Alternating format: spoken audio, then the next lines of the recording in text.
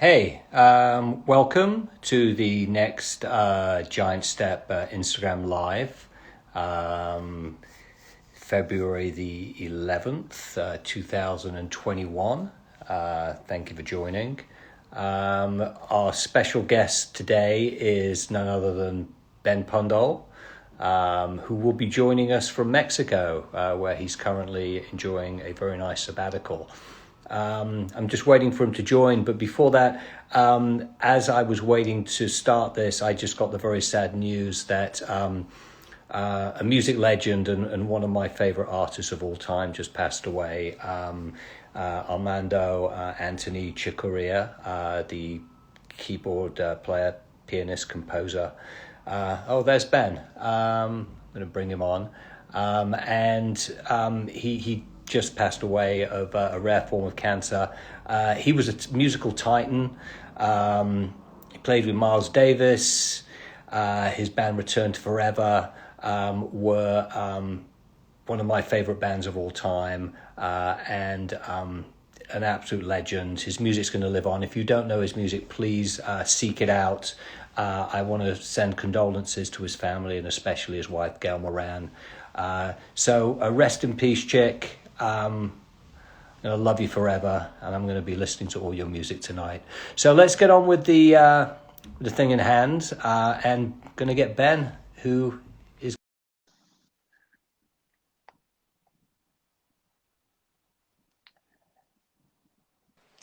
There he is. Maurice, hi. Hello, Ben. How are you? Yeah, very well, thanks. Very well, and you? I'm pretty good. Unfortunately, I just got news that one of my musical heroes passed away as I was waiting to start this thing. So you're going to cheer me up. So yeah, that's right. And count our blessings for still being on this planet. Exactly. But it's great to see you. You're currently in Mexico, right? I'm currently in Mexico. I was a little embarrassed. I hope nobody travel shames me, but I kind of thought I'd sit indoors so that But this is what's happening. No, here. let's see it. I want to see it. Yeah, well, I've got blue skies. And oh my God! Blue skies and palm trees, and that is your green screen, right? You're really in Bushwick still. I know you are. So yeah, life's not bad. I decided to escape life for a few months. Right. Lucky you. I feel very lucky. Yeah. Yeah. Well, we have lovely snow and ice at the moment here in New York. So you're. Yeah. I think I sent you a picture a couple of days ago and said, "I bet you're jealous, right?" Yeah, I'm not missing that at all. 22 years in New York. And the opportunity to not have a New York winter, winning. Just got to say thank you very much for joining, everybody, and Smith, and I see you there, and Zach. Thank you very much for joining. Because this should be a fun chat, that's for sure. Yeah, a lot of great people joining. I saw Kamala. It's going to be great. So Ben, thank you so much for doing this with me. And for those who don't know who Ben is, Ben was the former VP of Brand Experience for the Edition Hotels. He's the founder of Hotel Life, which dedicates itself to the hospitality world and hotels, and also the founder of Stay Plastic Free as well, which I think its name basically explains, what it's about. And also, I'd say, you're a consummate gentleman, Ben. Thank you, sir. And not a bad football player too, actually. Which I found out. Here's a fun fact for the people watching. Maurice dragged me into a. Do you see what I did there today, though? Sorry, I just noticed I cut my own hair. Everyone's been cutting their own hair. I've got various degrees of success, and I forgot and did the. Anyway, I just noticed it Anyway, but Maurice dragged me into a football team we were called Old English, and that's right. Everyone was. But why were we Old English? Because we were all old in English, that's right. We're all old in English, and at the time I was young and English. And then I started off as the young, one of the better players, and I ended up like the oldest, worst player. And I just had starting up again, if you fancy getting your boots out. Oh my God, I think you'd have to get my my Zimmer frame out with it as well. But I could be your manager. So there you go. Matteo, thanks for joining. Anthony Cumberbatch. Yeah, nice. Look at all these nightlife legends here. Love it.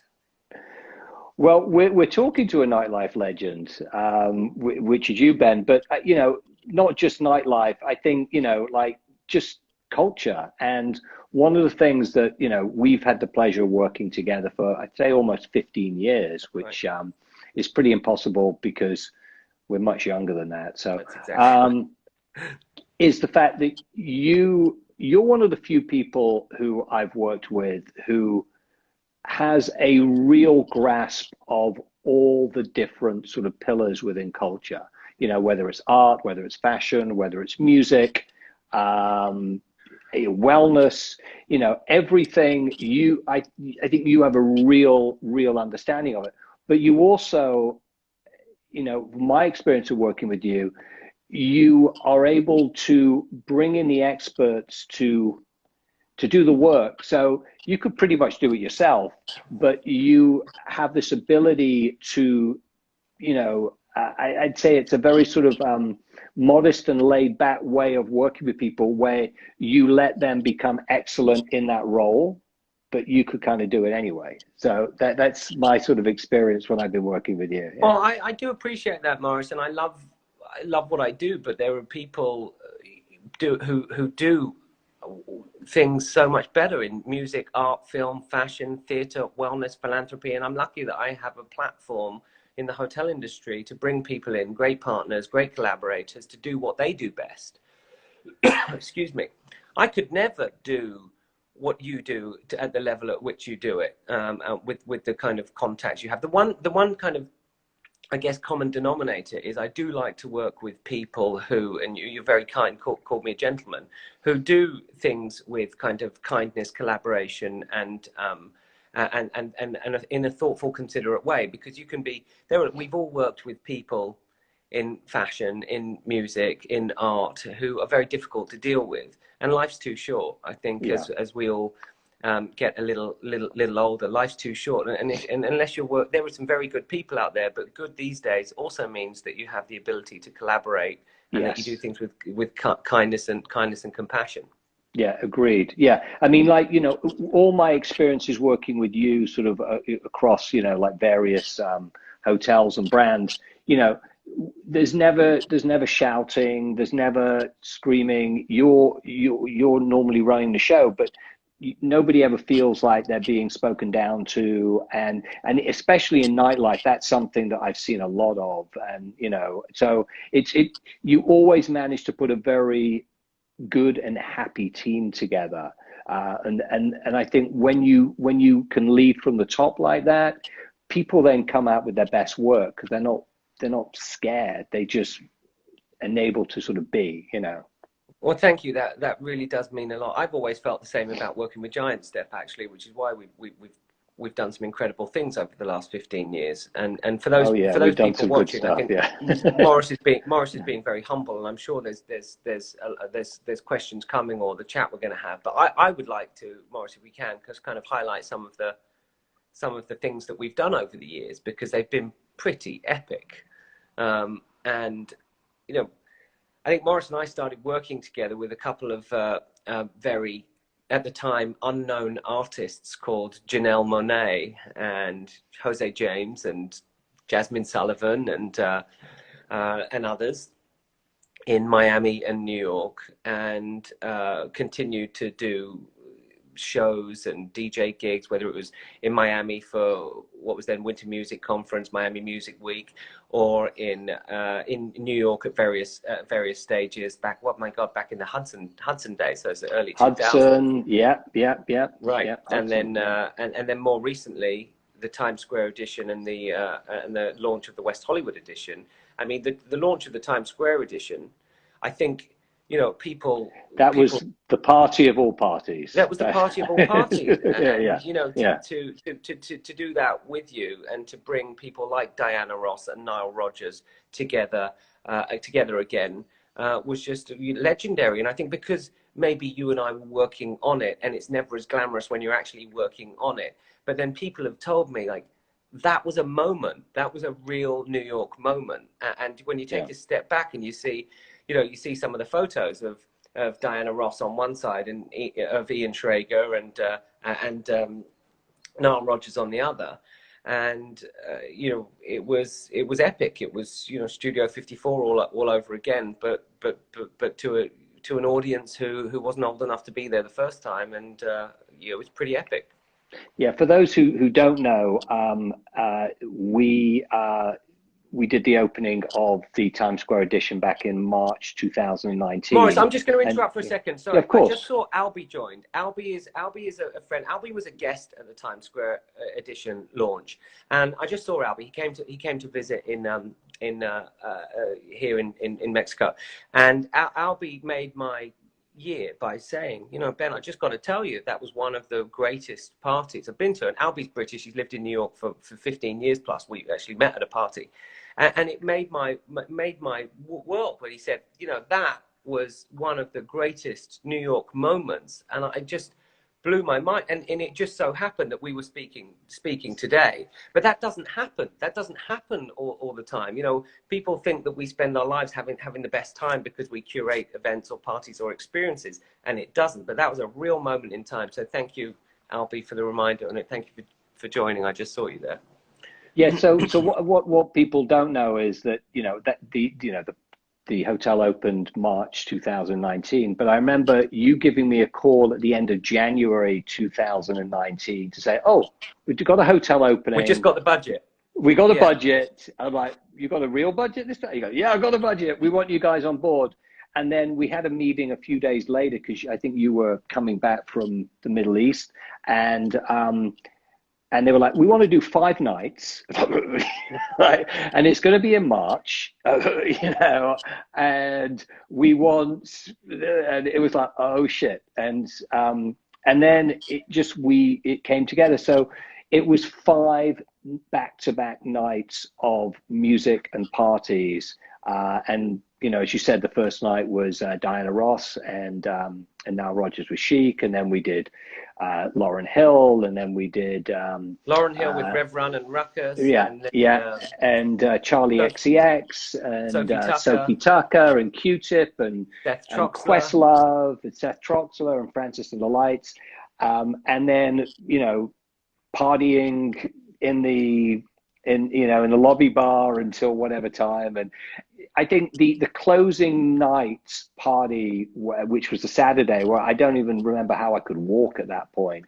not out of being drunk, but just out of just sheer exhaustion, with people on the bars. It was like 5 o'clock in the morning with champagne bottles you know, drinking out. I mean, It was like, I was like, I finally like having my, you know, what I always thought New York was like. I see Zach is popping the bottles there, you know, like, that was amazing. But, you know, I think, you know, I think it's great to also, because you're my guest, Ben. So I think people need to understand sort of like how you got started. You know, we all know you're English, but how did you get started in the career, in the hospitality career? I mean, you're a young lad in Dulwich, you know, supporting Brentford, who are actually a good team now. They weren't when you were growing up. That's very true. Terrible. Were you? Did you have an interest in sort of like music and hospitality? What was it? What was a young Ben Pundole doing? Music was everything. You know, music and football. Music and football. Growing up in London, on the outskirts of West London, music and football was everything. I remember the first record I bought, I was 11 years old. I asked my granddad for the money, which really pissed off my dad, because I skipped him because I knew he wouldn't give it to me. I asked the granddad for the money, and I went to buy a record. And this was in 1985. I was 11, so I was born in 74. And in 1985, I bought a record called Breakdancing. And it was a Tommy Boy double album with a poster in it that taught you how to breakdance. Well, I mean, I was 11 in 1985. I already knew how to breakdance. But that was my first record. So music was everything. And this had like African Bambata and the Soul Sonic Force and, oh God, I forget who else. But it was legendary. And I loved it. I see Tom Silverman occasionally because he's around and about, and I never let him forget that, like, my first record. And I see Arthur Baker, who produced a bunch of the tracks on there. Yeah, like, well, he did. Yeah, he did. Yeah. He's heard it a million times from me. So, you know, music was everything, and music and breakdancing and US culture and subway art and all that kind of thing. And, you know, I remember for my 10th birthday asking my dad to get me a piece of, you know, lino so that we could breakdance on it. Hope you're not recording this. Hold it against me. Yeah, we are recording, of course. Yeah. Okay, no, that was a joke. And so you had the record and poster. Whoever said that, respect. Yeah, I'd love to see that poster. Yeah. I don't know who that is, but I'd love to see that poster. Lukume. Brilliant. Yeah. And so, yeah, music was everything. And my dad at the time had a tiny little hotel in Norfolk, and my mum and dad split up. So I used to go and visit him. And I loved how he was always curating parties and things in this little hotel. But I didn't really think much of it. And then when I was very young, when I was about 15, like probably a lot of you watching, I started going to parties, and my older sister was very studious, and I was the black sheep of the family. And one weekend I would be going off to, you know, sitting on the side of the M4 waiting for the word, and you drive down to the West Country somewhere and spend a couple of days at a Spiral Tribe rave. And then the following weekend I would actually a couple of years later, I would be going into London to the gardening club and to you know, to some of the clubs up at gardening club, and we had Heaven, gardening club in Heaven. And also I grew up with gay neighbors, so you know, you know, in 1985 on the outskirts of London, I grew up with gay neighbors. And so I grew up at a time when you know, and then started working in hospitality and realized, like, wow, the gay clubs are the best clubs in London. Yeah. And there was no, it was like, yeah, sure, I'll go to Villa Stefano or Benji B joint, Heaven or Trade, or, you know, till what time. So one weekend I was doing the fancy clubs out in London, and another weekend I was going out to the Spiral Tribe raves with all the crusty ravers, which, embarrassingly enough, that's where I learned to juggle. Right. Yeah. Yeah. Don't ever ask me to show you. So, and your first sort of foray into working within hospitality was at the Groucho Club, is that correct? That's right. I messed up my A-levels because I was a raver. Truth. I told my mum recently that that's why I messed up my A-levels, so I feel like I can get that out. And full confession. Yeah, we get full confessions on this as well. That's so, right. Yeah. You know, but you know, it's like you have to tell your mum that you messed up your A-levels because you were a raver in the late 80s. And my mum's friend had a son who was a cook at the Groucho Club, and I started, and I just needed a job, and I had this long hair in a ponytail and a shaved sides, and you know.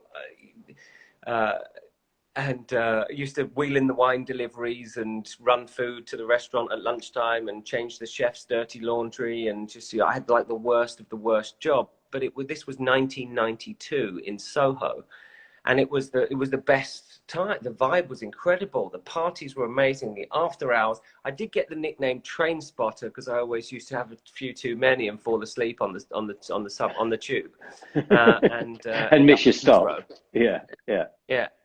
And you know, I when I was a student in London, I worked at the Groucho Club for a summer. I was the potato peeler, and but it was like I thought I'd just like made it basically. That's right. I got into the Groucho Club because it was the only way I could get in. So it's amazing. So so you worked your way up from being sort of the wine pusher and the you know, the potato peeler, and how right. did you how did that one day they were short on the bar shift, you know, but the bar was short, and they asked me whether I'd put on a you know, a waiter's apron and go and serve cocktails and, you know, be a waiter in the bar. And I jumped at the chance. I was really good at it, and so I got a job as, you know, as a bar waiter, and then a barman, and then you know, by the end of it, I was an assistant manager at the Groucho Club and their sister restaurant 192 in Notting Hill, which I used to live above. But that's interesting because, you know, a lot of people who were in the hospitality industry, especially in the position that you eventually, you know, positions that you eventually rose to, went to school to study hospitality, but you started at the very, very bottom. So I think that's probably one of the reasons why you have an understanding of people's roles within an ecosystem, how the person who is cleaning the dishes or having to bring the booze, the box of booze, is as important as the people who are front of house. Oh my God, Nikki Nikki is on here. She also worked at the Groucho Club with me in the 90s. Wow. Hope I'm not blowing that up for you there, but yes, it was one hell of a time. And as you said, Marsh, we felt like you made it, even if you were wheeling in the wine deliveries and changing the chef's dirty laundries. And it was also at a time where chefs, I can tell you stories where chefs were crazy. I used to get called into the kitchen, and the chef would hold my hands behind the back whilst the sous chef would chop up a live eel and put it down my pants. That's abuse these days. Back then, it was a rite of passage. Yeah, it was like it was just being funny. Yeah. They got. So after you had eels stuffed down your trousers, I hope they were live eels, by the way. They were eels. Chopped up live. Yeah, there was still. Anyway, we'll talk about it another time. After you had live eels put down your trousers, you went to the Met Bar. Was that where you ended up? Yeah, after the Groucho Club, I went to the Met Bar. I was 22 and managing this tiny little bar, but every night there was, everyone from Kate Moss and Bono and Pierce Brosnan and the Spice Girls and All Saints and Jamiroquai and Oasis and Blur, you name it. It was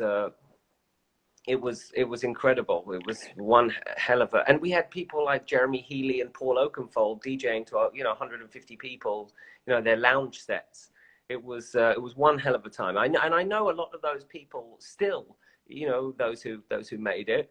And what a time. Yeah, I think it's important also to sort of like, that's another thing that, within living that sort of experience, and people are coming to, the clubs and the bars and the parties to have a good time. And there's many ways, obviously, to have a good time. But when you're working within that environment, sometimes there are people who get a little carried away with it. So the fact that you've been able to also sort of rise above that as well is pretty amazing. Because it's not an easy profession to be in when you're working those sort of nights. No, but I always knew my place, and my job was too important to me. I had no other safety net. No one was going to bail me out if I got fired. There was no, I come from a very humble family on the outskirts of West London. My mother had a little catering business, and my stepfather was in advertising. But we didn't grow. There was no safety net. It was, right. So I knew that my job was important. I always knew my place as well, and also I loved it. I loved it. 4 years at the Groucho Club and the kind of people I interacted with there. That was just like a dream. And then the Met Bar. Jay. I used to play football with Jay and the guys from Jamiroquai, and he used to let me drive his cars around Old Park Lane at 3 o'clock in the morning. And, his Ferraris and his Mercedes. And I was like this 22-year-old kid driving JK's, Ferraris around Old Park Lane at 3 o'clock in the morning on a Tuesday night. It was amazing. Probably better that you were driving it than him, actually, because at 3 o'clock in the morning. Definitely. So what brought you to New York? Well, I spent 2 years at the Met Bar, and I was very lucky in that it gained a huge name for itself. And Saks Fifth Avenue did a. So anybody that says the 90s were terrible they weren't there. The 90s were brilliant. So it was the time of the young British artists. It was the time of British fashion. People like Alice Templey and Matthew Williamson and Alexander McQueen and a bunch of others.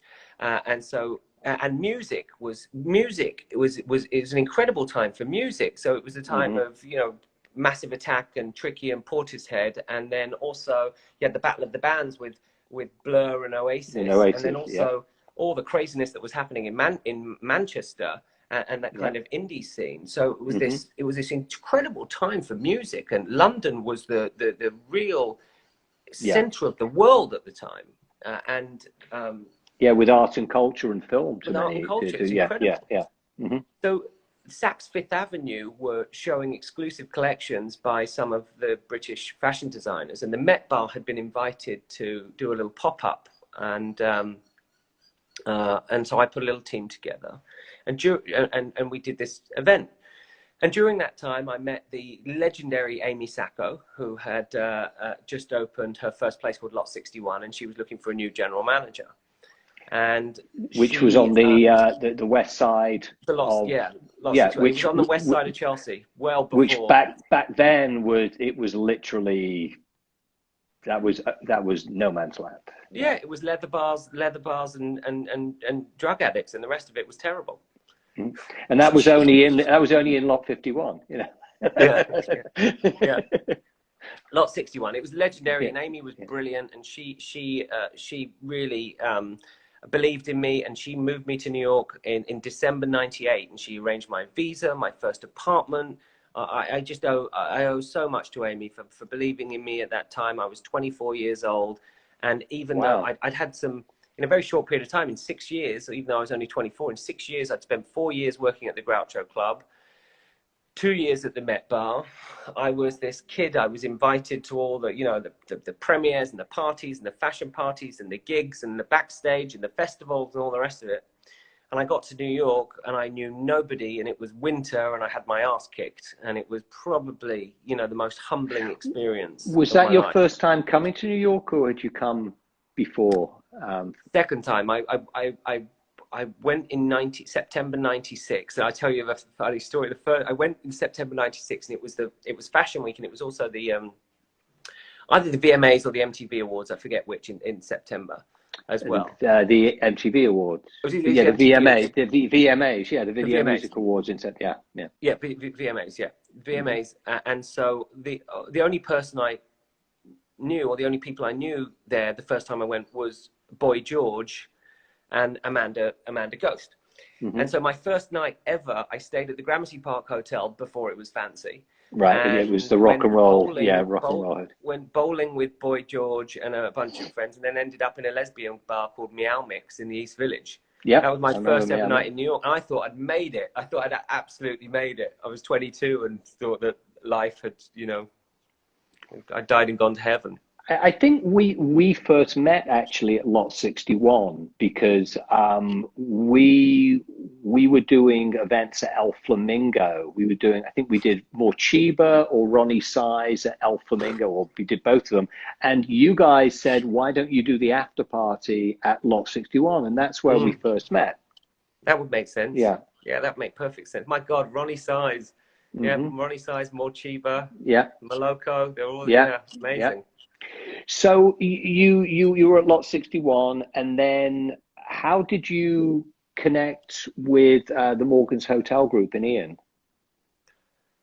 Well, I at this point was taking my job very seriously, and realized that if I was lucky enough, privileged enough, talented enough to have been, moved to New York at the age of 24, then I should take it seriously. And anybody in the hospitality industry at the time knew that Ian Schrager was the legend.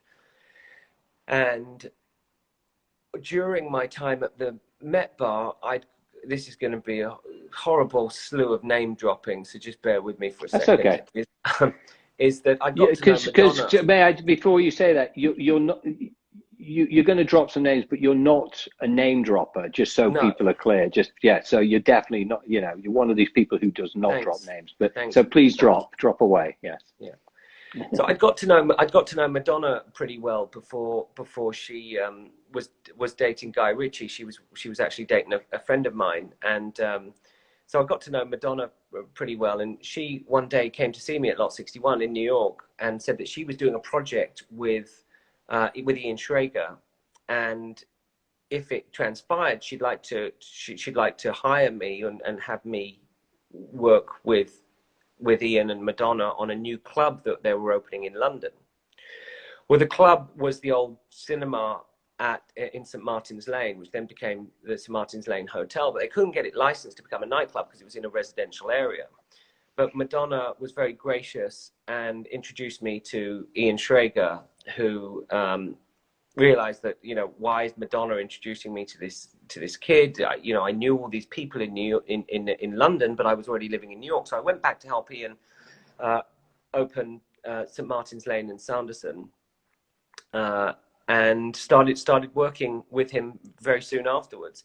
And you know, I always felt pretty bad because Amy Sacco had moved me to New York, and I'd only worked with her for a year. But this was, you know, an opportunity of a lifetime, and I worked with Ian Schrager in some capacity up until August, which was 21 years. 21 years working with Ian Schrager.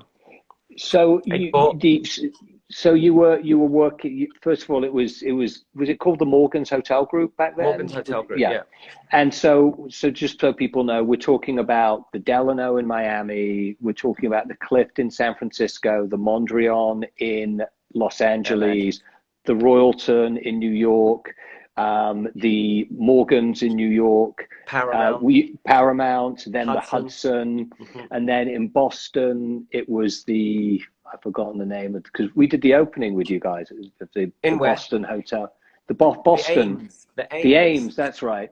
And then there was the Mondrian South in Miami, the Shore Club, that's right. And then the London hotels. I think that's pretty much it. So there was, were we missing anything? So yeah, and I mean those were the benchmark as far as the boutique hotels back then. And for me, like the Delano was just they did the jewel in the crown. I mean that hotel was just magnificent. Amazing. Yeah. And that's kind of when we started working together on a more consistent basis. Yep. Yeah. And that's when you brought to me the idea of showcasing this little known artist called Janelle Monáe. Yeah. And at the time we partnered with Lenny Kravitz. Oh, here I am again, slew of terrible name dropping, but it's all relevant and all very real. Yes. Lenny Kravitz, who I'd known since the Met Bar, had just started a design firm called Kravitz Design. Now Lenny has an incredible eye. He's a brilliant designer. He's got exceptional taste. And when he's not being a brilliant rock star, he is an incredible designer. And he actually has a design studio called Kravitz Design. And I think we were his first commercial project in 2007, and where we launched a lounge, a venue called the Florida Room. And a Florida Room, for those that don't know, is a room in a house, mainly in Miami, in and around Miami and South Florida, where the adults party, where, you know, the music goes on, and, you know, the things that are smoked might not be cigarettes, and, you know, it's all like and that was called the Florida Room. And there was always this, you know, little intrigue and mystery around the Florida Room and all the sounds that came out of it. So that was Lenny's idea, and it was brilliant. And we had this beautiful lucite piano in the Florida Room. The piano was amazing, yeah. And Maurice, you programmed it with incredible showcases and musicians, and you know, throughout the year, but also for things like Winter Music Conference. And New Year's Eve, we did a couple of New Year's Eves. We did one New Year's Eve where we had the Roots play in the Florida Room, and we had. Could you imagine that now? Yeah, and then outside by the pool, we had Janelle Monáe and Bobbito, and and just going back to Janelle very, very quickly, because, you know, I was just obsessed with her when I first saw her very, very early on. But you were gracious enough to kind of like let me have that obsession and help fund that obsession. I was like addicted to her. And it would be like, well, we need an event, Maurice. What do you think? Janelle Monáe, you know. So we literally had Janelle play. She played. She did the Mondrian in Los Angeles. That's right. She did multiples at the Delano. Hudson. She did the Hudson. Mm-hmm. And one idea that I had was we should have her jump in the swimming pool at every hotel that you have, because literally whenever we do a show with her outside, she would jump in the pool as part of her performance. But you were a big early supporter of her. And, one of the things, about you, Ben, that I really admire as well is, you're a man of your word and you actually care about stuff. So we were supposed to do Janelle Monáe's launch for her first album, her launch party at what was then Good Units, which was the club at the basement of the Hudson. And you'd committed to it. And unfortunately, because of neighborhood issues, you had to cancel. But we'd arranged, we were ready to go with her launch party for the Arch Android, the album. So, out of goodwill, you managed to get senior management to release the funds that we were going to use. And we did it at the Highline Ballroom. So the show still went on. I didn't lose face. She was happy. And that was because of you. So, and I got a great seat. You got a great seat. Yeah, we gave you the best seat in the house. That's right. But you know what, Maurice? Things like that, and thank you, I appreciate it. But things like that, they come around because we just, as some of you know, firstly, what happens in the party stays in the party. I absolutely agree. But as some of you know, we just launched the West Hollywood edition. Well, I say just now, it's in November 2019, but last year doesn't count. So yeah, nothing happened last year, so it was a few months ago. Last year doesn't count. So to me, it feels like yesterday, and also a couple of decades ago. So also then to have Janelle Monáe then perform the launch of the West Hollywood edition when she's Grammy Award winning, Oscar nominated, playing for 200 people at the launch. So that does all come around. That blew my mind. And she was as talented and as gracious and as wonderful as she was when we did the first gig with her, where that terrible picture of me was taken. You look great in it, by the way. No, that wasn't the first gig. That was the Hudson. That was one of the that was one of the latter ones. Yeah, like you don't look so bad in that picture. Yeah, I think we all look better now, except she looks exactly the same. That's it. She looks exactly the same. Exactly. So you've opened up hotels for the edition all around the world. Talk about some of the exciting places where you managed to go to do that. Firstly, I'm a kid from West London who, as I told you earlier, failed his A-levels because I was a raver and started off counting chef's dirty laundry. So the fact that getting eels shoved down your trousers as well. Yeah, and having snooker balls thrown at me by Noel Gallagher, and having tequila poured in my face by Damien Hirst. I mean, it was all part of the journey. But the fact that I could then go and help open takes one to know one, Floydie. Takes one to know one. The fact that I could then go on and work with great teams and open hotels in Miami, New York, LA, San Francisco. San Francisco was Morgan's Hotel Group. Yeah.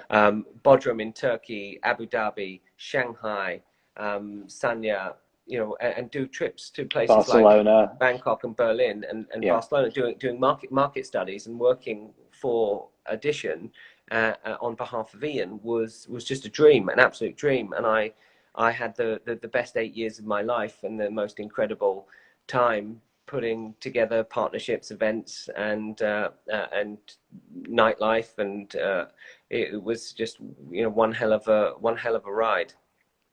And I was lucky. I've been lucky enough to go to many of the hotels that you mentioned. One of the things that I was just so impressed with the Edition was the fact that wherever I would go in the world, whether it was Shanghai or whether it was in Barcelona, the fact that the Edition hotel there actually had its pulse on the culture of that city. It wasn't just bringing, we're this New York or American brand coming to you. You managed to authentically, connect with the culture of that city. So when I'd be sitting in the Shanghai hotel, and it was you had the right F&B in there. You had the right music, and you had the right people who were leading culture. And that's something that I think is quite an achievement. That's not an easy thing to do. It's easy to do it in your own turf because so tell us a little bit about how you were able to, just understand the culture of those cities so you could make that happen so consistently. Well, firstly, thanks, Maurice, because you've seen a lot of things. So for you to say that, Well, I've never seen somebody have eels pull down their trousers. That's the one thing I haven't seen. but for somebody who's seen as much as you have, to say that we got it right with culture is music to my ears. And it was part of my job. It was actually a big part of my job, is to make sure that even though we were thinking with a global lens, that we had a real focus on a local perspective, and hospitality isn't textbook. You can't learn it in school.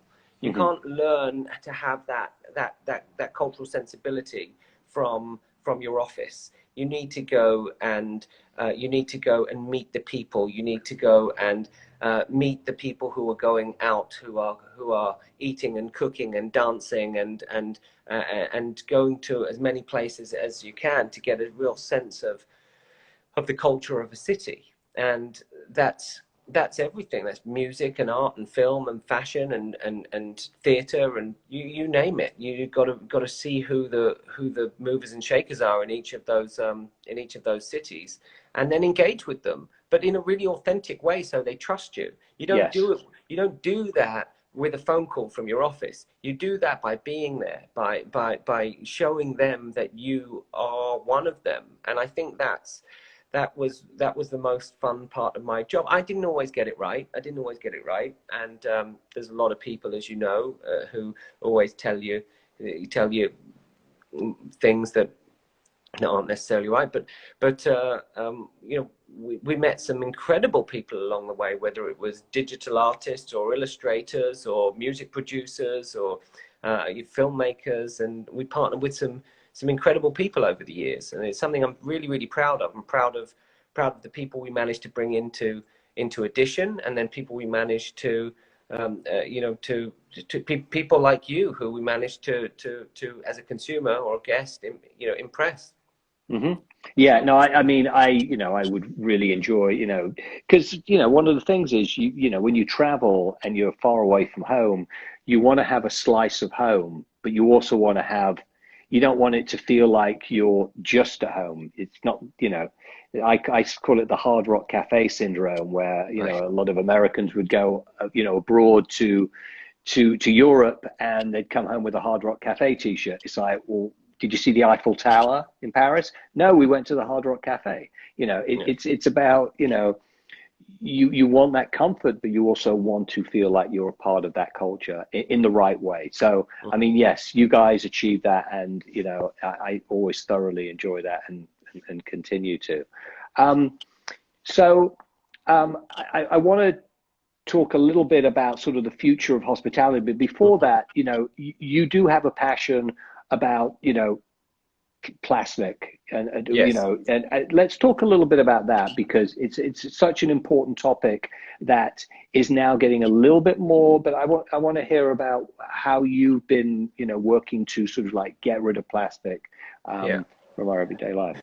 Well, thanks, Maurice. I think as we get older, and I realized that I'd had a very privileged career, if you like. I've worked very, very hard, but it doesn't mean anything unless you can give something back. And so my values started to change a little bit. And then I'm one of the biggest cliches in the world. I was at Burning Man, and I ran into one of my industry heroes, Chip Conley, who had Joie de Vivre hotels and Airbnb, and he was on the board of Burning Man. I said, Chip, I got to do something with a little more purpose and purpose and impact. So I think I've got to leave my job and do something, because I really do. I care about the planet. I care about people. And he said to me, well, why don't you just try and do something where you have a little jurisdiction or influence over? And, I think a couple of weeks later, I got back. I was trying to figure out what that was, and I went to a party, and I saw all these stacked up plastic water bottles, and I thought, then that's it, plastic. And I looked at I looked at our hotels and I realized the plastic waste that was generated in our hotels, and therefore the hotel, and then consequently the hotel industry. And I realized that it was appalling. It was disgusting to see how much plastic that breaks down into microplastics, become carcinogenic, and is killing our oceans and filling up the landfills. And so I started a campaign called Stay Plastic Free, aimed at taking single-use plastics out of the hotel industry by using addition as an industry standard, and really trying to remove all plastics, starting with plastic-free mini bars, no straws and stirrers, and then replacing all plastic water bottles, and then really drawing a line in the sand and saying, addition will go completely plastic free. And we were looking at distribution channels. We were challenging our vendors to deliver everything from fish to booze and anything but plastic, and we did a pretty good job. And a lot of the staff in the hotels got behind it. They realized they were working for a company that cared. My small team, Liza, Frank, Andrea, we really put all our efforts towards making sure that we weren't bashing people over the head with the messaging. The last thing you want is to go somewhere and get the card here and the reminder there, and so we just did it, and then our little campaign managed to help persuade Marriott International to ban plastic straws and stirrers from all 7,400 hotels. That's huge. 31 hotel brands. It was huge. That's incredible. Yeah, it was huge. Yeah. It's the thing I'm probably most proud of in my life, let alone my career, is helping to be an advocate for the environment. And I think we going to get a little political now, but as our governments and authorities let us down, it's up to the industries and the businesses within it to lead by example. Mm-hmm. And that's very important, and it's something I'm more passionate about than ever.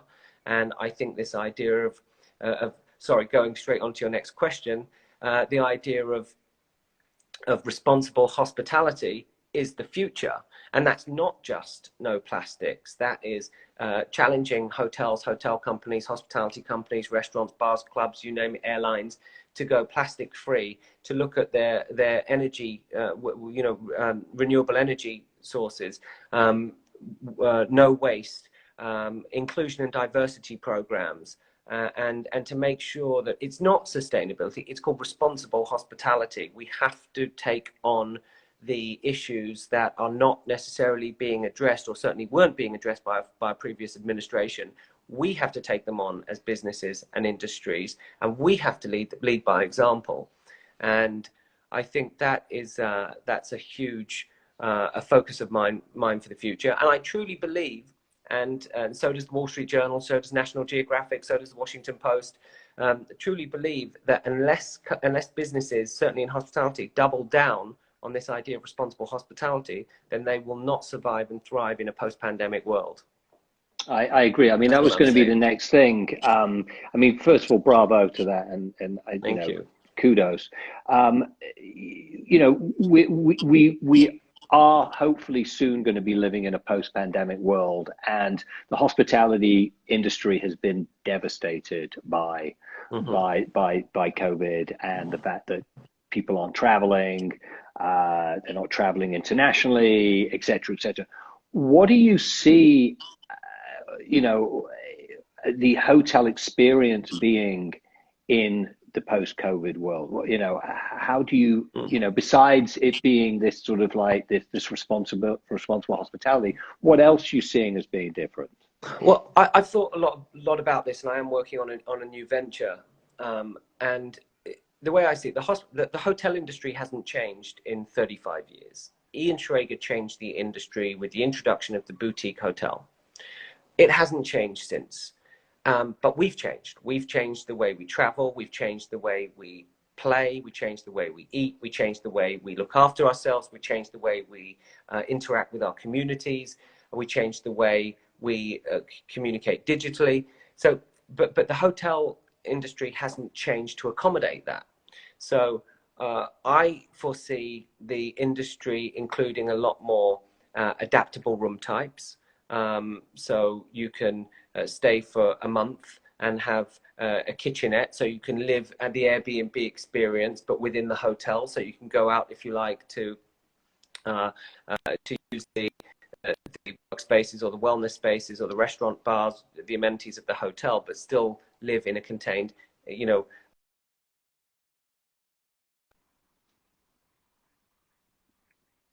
Workspaces have got to change in hotels. People want Zoom booths and media studios, as well as boardrooms that you could rent by the hour, as well as traditional meeting spaces. Wellness, integrated wellness, very important. People are going to want to do wellness in their rooms. Technology is there, the mirror, the in-room workout. And integrated wellness, food and beverage. It's got to be plant forward. I'm not saying every restaurant has to be vegan, but it has to be thoughtful, as well as it has to be thoughtful with regards to what the amount of animal products that it's using in the hotels. But without compromising all the things we love, like design and events and music and fashion and art and film and design. It's very important that that's not compromised. I think there's a couple of hotel companies out there now offering conscious hospitality, but they bang you over the head with the message. Right, I don't want to bang you over the head with the message. You're being preached to.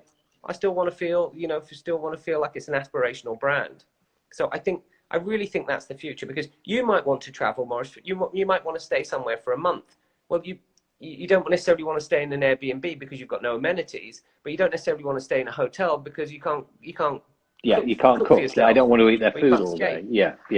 Right. So I think the idea of adaptable room types, also from the studies we've done and the research we've done, and the studies we've read, a lot of millennials who are now becoming parents, they love to travel with their kids, and also there's a lot of multi-generational travel now. And hotels don't really accommodate that as well as they should. So this idea of kind of adaptable room types for a psychographic rather than a demographic, I think I think that's the future. So when you say adaptable room types, do you mean that you could expand that room, instead of them bringing in a rollaway bed, you could actually have like a family or sleeping in, or Exactly. friends sleeping in the same room? Exactly. Yeah. So friends rooms are really important, because you've got to understand there's a lot of us that it's got nothing to do with money. We all just like to. We're going to Art Basel for a few nights. We did, let's all just stay together in a. No one cares. Yeah, you're not going to be in your room that You're never much. in your room anyway. Yeah. Yeah, or a family that wants to have a real bed and bunk beds for their 5 and 7-year-old instead of a rollaway, or having to get another room for them, which then becomes price prohibitive or. So I think hotels haven't really addressed much of this. And I think we're going to see a lot more of that. Yeah, that's amazing. So we have a few minutes left. You're currently having a sabbatical. It looks like from the picture you're having a great time. What are you doing there? Like, what are some of the things you've been doing? Well, I came here, Maurice. I had COVID pretty badly last year. I know you know that, but I had COVID badly, and I came here to get my lungs healthy. So every morning I've been at 8 a.m. I've been either boxing or doing yoga. I've been running, hiking, biking. So it does look like I'm in a heavenly place, but there was actually a kind of a reason for it. I needed to be somewhere where I could do a lot of exercise and activity. So I've been doing a lot of that, and I haven't been throwing myself into work that's not necessarily there. Got a couple of things bubbling, but I have been running a lot, and hiking these beautiful mountains, and it's and surfing. I'm a terrible surfer, but I've been giving it a bash. It's a beautiful part of the world. I feel very lucky. And my lungs are getting better.